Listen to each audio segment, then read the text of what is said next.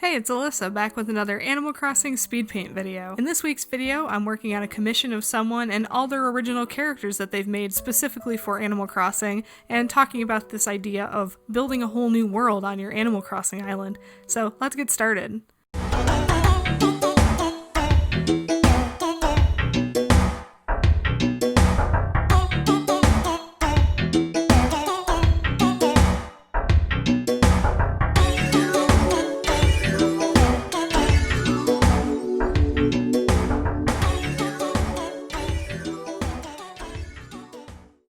First, I want to apologize to the client of this piece for if I butcher any names of his characters or anything like that in this video. Not my intention, I just can't pronounce stuff sometimes. But this art was a commission I did for someone by the name of Kieran. He's over on Twitter and Instagram. Go check him out on Instagram, I'll put a link in the description below. He does artwork of Animal Crossing as well as Pokemon stuff, and if you guys like this channel, you'll probably be into it, so definitely go give him a follow over there. And this piece is of himself and some of his original characters that he's created for his Animal Crossing island, and there's like backstories and dynamics between these characters that I had to capture in their personalities of like them reacting to each other based on screenshots I was sent.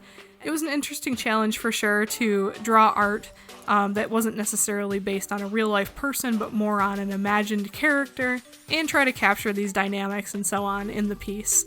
And it came out really well, I think, and Kieran was thrilled with it, so I think I did a good job on it. I'm pretty happy with the piece. It was interesting to try to fit 4 characters in this format that I've been doing, and it was fun to think up the color palette that would work across all 4 characters while making them all feel unique and distinct from each other, so I think this was overall a pretty successful commission. But this was fun to work on, and it got me thinking about, like, these original characters were really interesting to me, and it got me thinking about people I follow on Instagram who do Animal Crossing Island accounts that have themes for their island, but more than that, they come up with original characters that are residents that live there that aren't just them or their siblings or their partner or whoever plays Animal Crossing with them. And what an interesting thing that is to test out like your own ideas for characters and how they would live in this kind of environment, and what a good idea it is, especially for those of us who may be feeling stuck in decorating our island in a way that we feel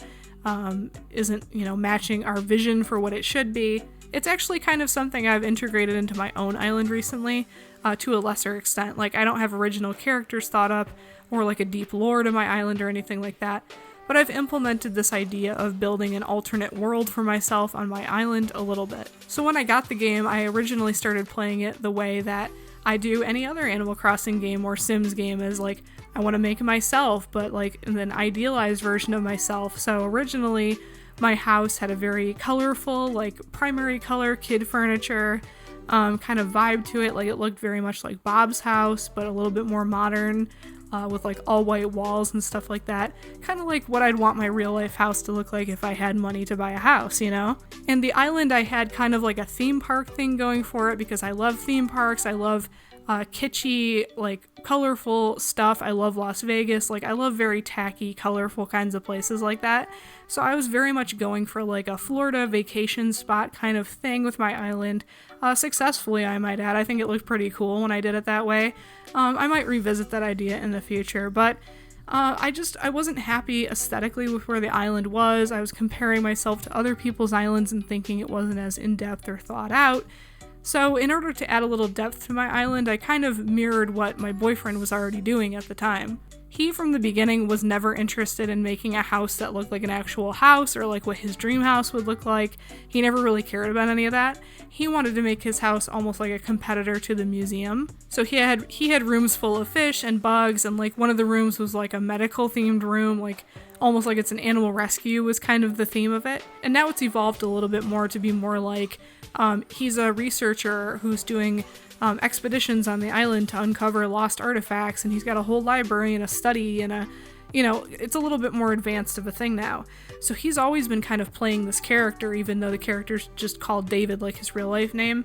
It's almost like a caricature or a character, like it's not based on him in any real way, except for in real life he's also fascinated with fossils and animals and stuff like that. But it's not him as an Animal Crossing character, it's a character he invented.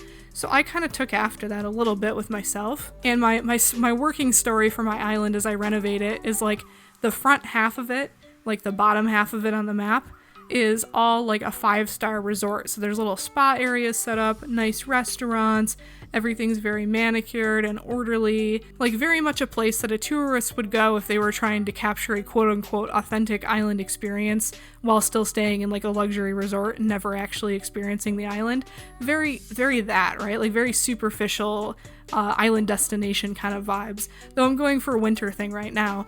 But that's kind of the idea, is that like I'm like the wealthy explorer who found the island and decided to become a tycoon, like a resort tycoon. So I've made my house a little bit more old-timey with antique furniture, but also a little bit more high-end with like, I don't know, like fancy paintings and pianos and stuff like that, and a greenhouse, and almost like a manor or an estate kind of thing. Because I'm playing a character, like that's never how I would decorate my house in real life. I would never have antique furniture in my real life house, it's just not my thing. But it matches the vibe of like the story I'm trying to tell with like this wealthy hotel tycoon that took over the island kind of thing. And so I'm kind of modeling the story after that. And then my boyfriend gets to play the part of the character who actually cares about like the island's natural flora and fauna and researching it. So the island's split into like a more undeveloped jungle-like reserve area and the more developed hotel resort spa kind of thing up front for me. And so all that's to say, telling a story and playing a character and coming up with a theme for the island that isn't necessarily grounded in just an idealized version of ourselves in real life has made decorating the island way more interesting. It's made trying to tell a story with the island more interesting.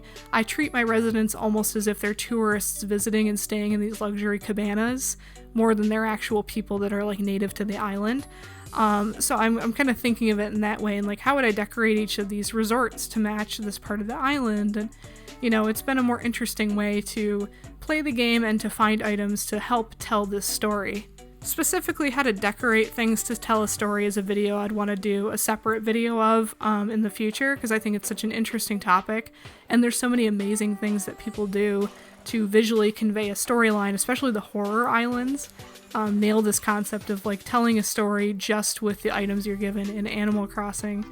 But beyond that, I think it's so interesting that people have rich stories and inner lives thought up for the other residents they've created for their island, who have their own homes and their own outdoor areas that are specifically made to reflect their personalities and their interests and what kinds of things they like to do. And this isn't the case for this client because they're also an artist who draws all the time, but if you're someone who doesn't draw, or you just like imagining characters in your head but you want to get them into the real world in some way, I think making the character the original character in Animal Crossing and trying them out as a concept in the game before you venture into maybe writing or drawing about that character, I think that's a really fun, easy and cute way to create a character that's all your own without having to draw them or write them first, you know what I mean?